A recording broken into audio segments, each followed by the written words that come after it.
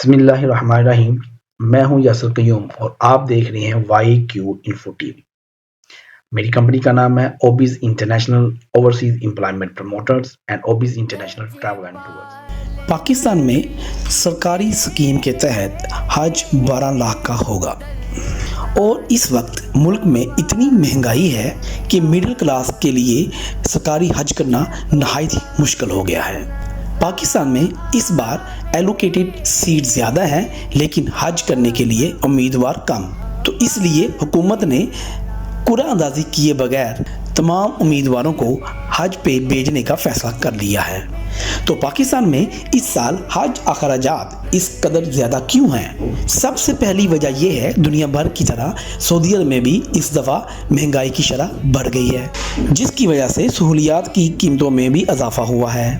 دوسری بڑی وجہ یہ ہے کہ 2022 سے لے کے اب تک ڈالر کی روپے کی قدر میں اضافہ ہوا ہے۔ تیسری بڑی وجہ ملک پاکستان میں معاشی ترقی اور معاشی مشکلات کا انبار ہے۔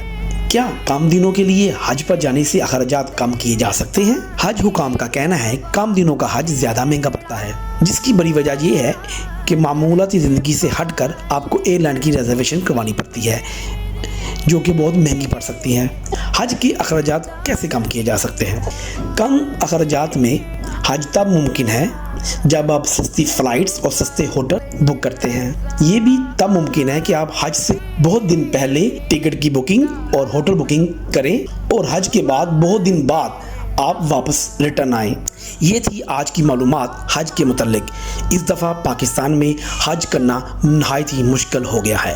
اللہ تعالیٰ ہم سب کے رزق میں اضافہ فرمائے، اللہ تعالیٰ ہمارے کاروبار میں برکت عطا فرمائے تاکہ آپ اللہ تعالیٰ کی گھر کی زیارت بار بار کریں۔